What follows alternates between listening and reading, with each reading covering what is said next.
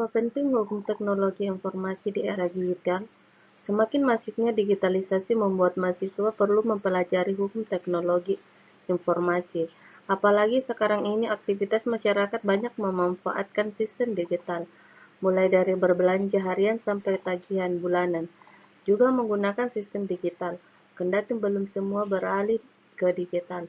Pergeseran kebiasaan ini wajib mengawasi salah satunya dengan mengetatkan aturan. Bukan hanya sekali beredar berita di media massa soal penipuan digital, mulai dari belanja online sampai belanja online. Sayangnya belum banyak yang memahami bahwa ada hukum teknologi yang melindungi dan mengatur sanksi bagi pelanggarannya. Anda yang serius mempelajari ilmu hukum wajib mengetahui secara mendetail. Cari tahu Cari tahu pengertian hukum teknologi informasi. Para pakar hukum menyebutnya hukum siber atau cyber law, yaitu hukum yang berkaitan dengan pemanfaatan teknologi informasi. Ada juga yang menyebut hukum dunia maya.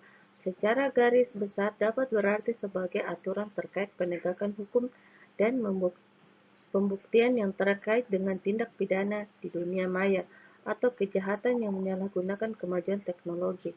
Penegak hukum seringkali mengalami kesulitan untuk melakukan pembuktian suatu kasus atau tindak pidana yang terkait dengan dunia maya karena identik dengan sesuatu yang semu. Cyberlaw adalah hukum yang khusus mengatur kejahatan di internet, termasuk melindungi mereka yang beraktivitas atau para pelaku e-commerce, e-learning, pemegang hak paten, dan lain-lain yang terkait dengan aktivitas digital. Apalagi sekarang ini sedang marak dompet digital dan beragam pembayaran non-tunai. Pengertian cyber law secara umum adalah hukum cyber adalah aturan yang terkait semua aspek legal pengaturan internet termasuk World Wide Web serta segala sesuatu yang terkait dengan aspek legal penggunaan internet dan dunia cyber.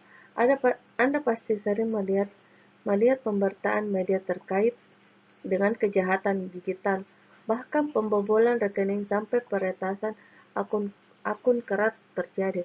Kejahatan yang terbilang receh seperti penipuan online atau penyalahgunaan data pinjaman online adalah masalah yang kerap muncul.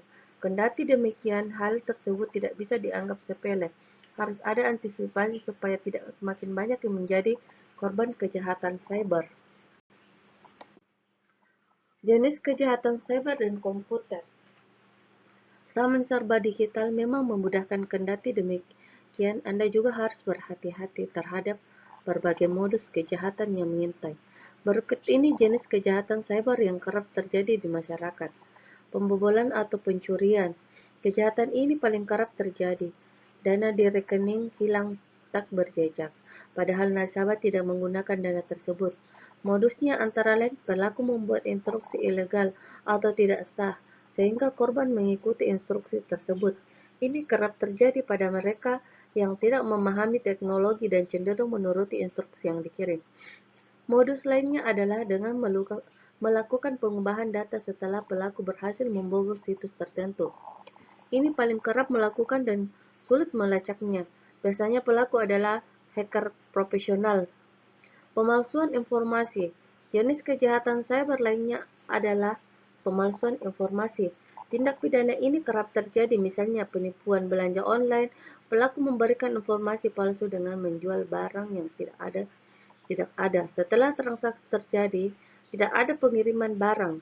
Tindakan tersebut tentu saja merugikan orang lain dan menguntungkan pelaku, termasuk juga pencurian data pribadi untuk pinjaman online dan sejenisnya. Hacking. Anda pasti sering mendengar peretasan terhadap situs tertentu, mulai dari perbankan sampai instansi pemerintah. Ini adalah salah satu kejahatan di dunia cyber yang sering terjadi. Pelaku mengakses situs tanpa izin dan melakukan tindakan ilegal. Jika tidak segera diatasi, maka bisa merugikan banyak pihak, apalagi situs yang menyangkut kepentingan orang banyak. Pembajakan. Pembajakan tidak harus melakukannya secara manual loh. Sekarang ini pelaku pembajakan memanfaatkan perkembangan teknologi untuk melancarkan aksi mereka. Itu sebabnya setiap orang yang memiliki produk atau karya harus segera mengurus hak paten, hak cipta atau hak intelektual untuk mengantisipasi pembajakan terjadi. Aspek hukum teknologi informasi. Ada beberapa aspek yang terkait dengan hukum teknologi informasi. Aspek berikut terkait dengan kejahatan atau tindak pidana di dunia cyber. Mahasiswa hukum harus mengetahui supaya bisa membedakan dan mengetahui apa saja yang merugi akibat perilaku tersebut.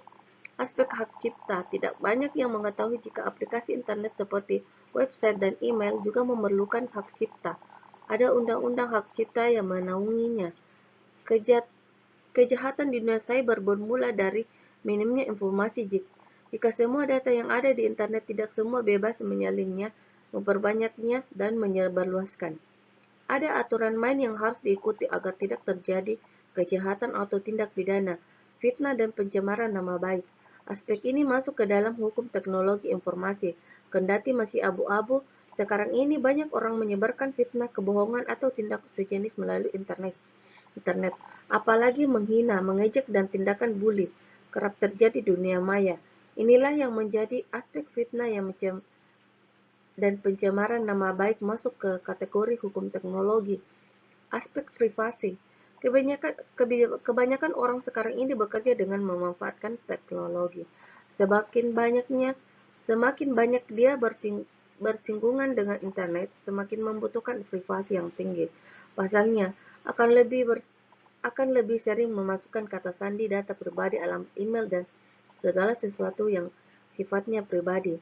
Inilah perlunya hati-hati untuk tidak memberikan data pribadi ke orang lain. Selain itu juga memahami bahwa tidak semua orang bisa mengakses data pribadi miliknya kendati dengan dalih kenal dekat atau memiliki hubungan kerja.